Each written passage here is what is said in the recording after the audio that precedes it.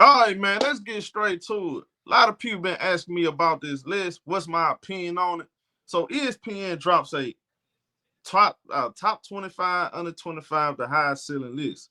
Now, it is ESPN, Fox Sports, all of these mainstream media outlets, they're going to put a list like this together, and we know who's going to be number one. It's all about viewership. It's all about money. It's all about clicks, not just basketball. Now, with Shosky, it's all about basketball. Number one, I'm here for the basketball. We can have different opinion about viewership and all this other stuff another day. I don't care about that, to be honest. We only care about the WNBA community. I don't know why. It doesn't really matter to me. I'm here for the basketball, not the people in the stands. Now, let's get to this. Caitlin Clark, number one on the list. Not surprised. ESPN has an agenda to push. You feel what I'm saying? She's the media darling. She's the golden girl. The machine is behind her. I'm here to tell you I disagree with Caitlin Clark being number one with the highest ceiling. I'm gonna keep it simple.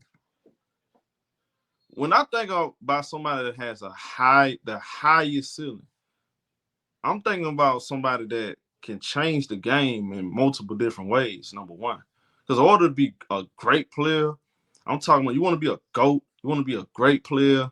Because we use that word great so loosely. Like if you put up 20 points and you put up 10 assists, you're great. That's easy to press y'all, right? That doesn't make you great. You got to be able to show greatness in different areas on the basketball court. So when I think about Caitlin Clark, I think she still got a whole lot. I mean, look, I think this is more about her being number one.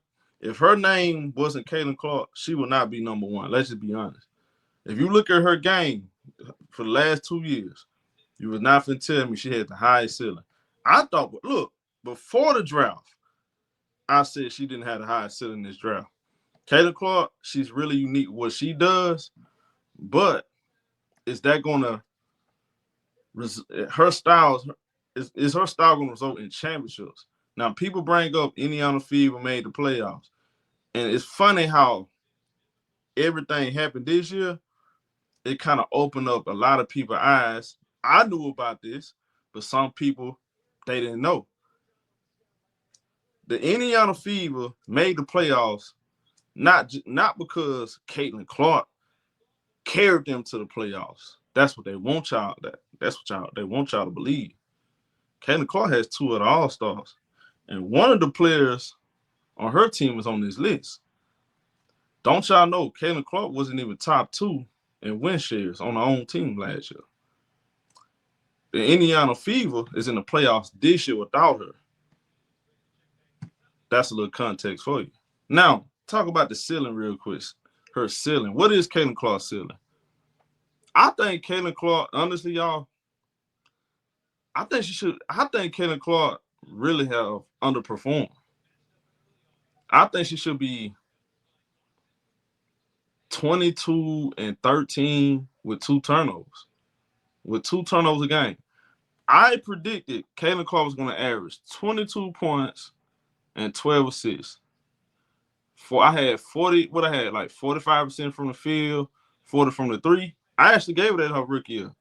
And to watch her underperform, not being able to adjust to the physicality, that was very disappointing. With all the hype behind Caitlin Clark, that was very disappointing.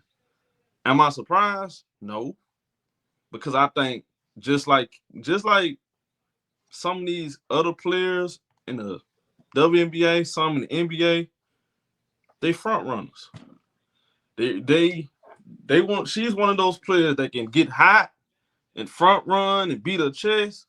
But when the game slows down, what I've been saying this year, she can't make big shots in big moments, make big plays in big moments to help her team win without Kelsey Mitchell. That's just God knows truth. I don't have her number one. That's just what it is. You know who I do have number one? I'll get there. We'll get there in just a second. Now, Paige Bueckers. Paige Bueckers has. I don't know how. Why is Paige Bueckers number 2? Paige Bueckers is better than Caitlin Clark. Paige Bueckers is a better basketball player than Caitlin Clark. She have always been better than Caitlin Clark. Again, if Caitlin Clark's name wasn't Caitlin Clark, if her name was Becky Reed, she would not be no number 1. Matter of fact, she wouldn't even be top 5. Probably wouldn't even be 6, 7, 8. But her name is Caitlin Clark. So now, Paige Bueckers, 3-level scorer, defender, make the right play, knows how to read the game, high basketball IQ. I'm going to actually keep Paige Bueckers at number 2. But I'm taking Caitlin Clark down off this list. I'm going to take out the list for a second. Now, 3, you got Aliyah Boston. Aliyah Boston, number 3. Aliyah Boston is really good at what she does. Efficient, low post scorer, big body, underrated passer. I think she's a solid rebounder, not a great rebounder. It's just solid. Solid big body. Good at setting screens, illegal screens at times. Really good in pick and roll. But she's one of those players, she's good, but it stops there. I don't think she has a high upside. I don't think that. I think Aliyah Boston is good, but we talking about upside. We talking about high ceiling. I don't think she has a high ceiling. I think this the player you see right now, that's who she's going to be pretty much her entire career. I don't see her becoming a consistent 24 points, 12, 13 rebounds, like carrying team to championships. No, I don't see that. I think she is who she is, and that's really good, potentially all W performer. I mean, that ain't nothing to take away from AB. Rookie of the year, 3-time All-Star. So, yeah, I think she definitely should be on this list, but not that high. So, now, this one is things, I think this is laughable right here, y'all. You got Dominique Malonga, number 4. Now, Dominique Malonga got drafted with the number 2 overall pick based off of upside, based off of high ceiling. The GMs put out a survey and said she's going to be better than Paige Bueckers in the next 5 years. The problem is I don't like basing everything off of potential, and that's what they've been doing with Malonga. Now, I wasn't so high on Malonga beginning of the year. I have grown to actually respect what kind of player she is. She's good. She's a good player. But what is her ceiling? Is she really a 4 or a 5? She's like a tweener. What is her natural position? I think she's very young, and the fact that she's very young coming into the league, I think, if I'm not mistaken, she's the youngest player in the league. She got skills, for sure. Size. But I don't know if she can change the game on defense. I don't know if she can carry a team offensively. It's a lot. Look, honestly, I think when you mention Dominique Malonga, it's more about upside than actually what's already been proven. I watched last night game against Indiana. Now, then you watch the game she had the other day. Really good. You like, wow, she can be something special one day. But then you watch other games, you're like, she disappears. It's not there. Is it because of Seattle that she's playing with Nika? She's playing with Izzy? Maybe, maybe not. I just can't put her ahead of Angel Reese, who's number 5. I said before the season, and I'm saying it now, and I'm going to stand on it, and I want y'all to remember I said this. I said it before the season, I said it on Twitter, and I'm saying it now. Angel Reese has the highest upside in her draft class. And out of all of these players, I think Angel Reese has the highest upside, highest ceiling. And I'm going to tell you why. And I've been more right than some of you guys have argued me. Y'all been wrong. A lot of people thought Angel Reese was just a rebounder. Again, if you never watched Angel Reese in high school, coming out of high school, when she was at first year in Maryland, when she was playing the 2, Angel Reese was playing a 2 and a 3. High school, she was playing every position. So you got to keep that in mind. LSU, she was playing the 4. Then she was playing the 5.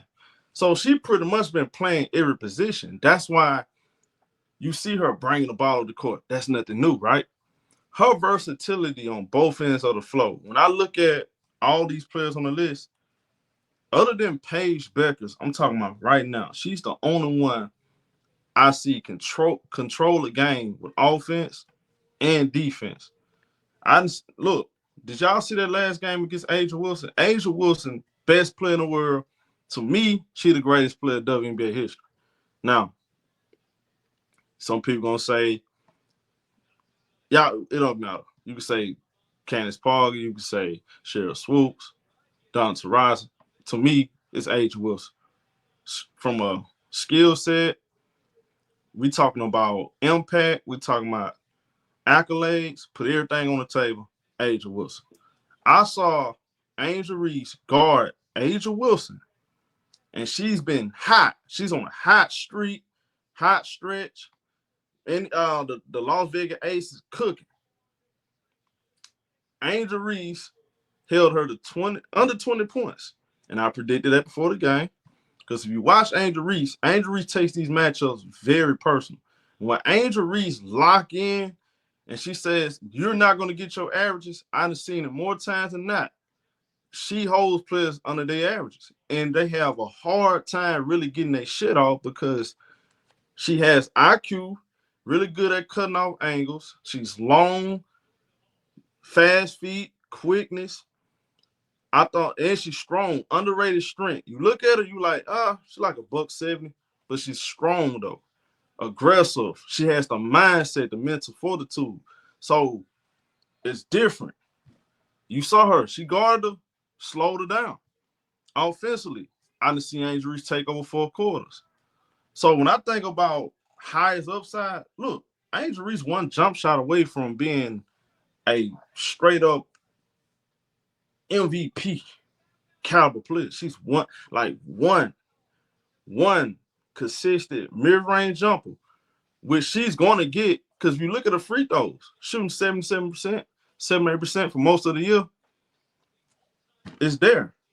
She showed flashes of shooting the 3, passing, taking over games on the boards, scoring, and defending. She can literally control the game in multiple different ways. When I think about her in the future, as the game slows down and she works on her jump shot, she continue to add on to her game. She's going to be the most complete player along with Paige Bueckers. Now, I'm going to get to the next name, Sonia Citron. Sonia Citron, to me, has upside. Sonia Citron, efficient scorer, not just a shooter. A lot of people thought she's some kind of Lexi Holt. She had proven everybody wrong. She's more than just a Lexi Holt. She can shoot the ball. She can put the ball on the floor. Has a very great feel for the game. I think Sonia Citron she's one of those players. I would put her over AB. And as of right now, I'm going to take her over Dominique Malonga. Peep this out. I think Sonia Citron has more upside than Caitlin Clark. That might be a hot take. But if you look at her abilities on both ends of the floor, and she can actually shoot the ball at a efficient clip. Something I still haven't seen Caitlin Clark do. Her shot selection is better than Caitlin Clark's. So again, players like Caitlin Clark, 9 times out of 10, they don't change their style. They stay the same. You know, their numbers just get a little better.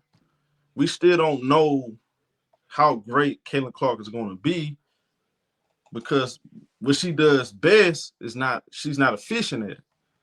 The scoring, the passes, not efficient. But again, I got Sonia Citron over Dominique Malonga, so that would put Angel Reese number 1, Paige Bueckers number 2, Sonia Citron number 3. I'm going to put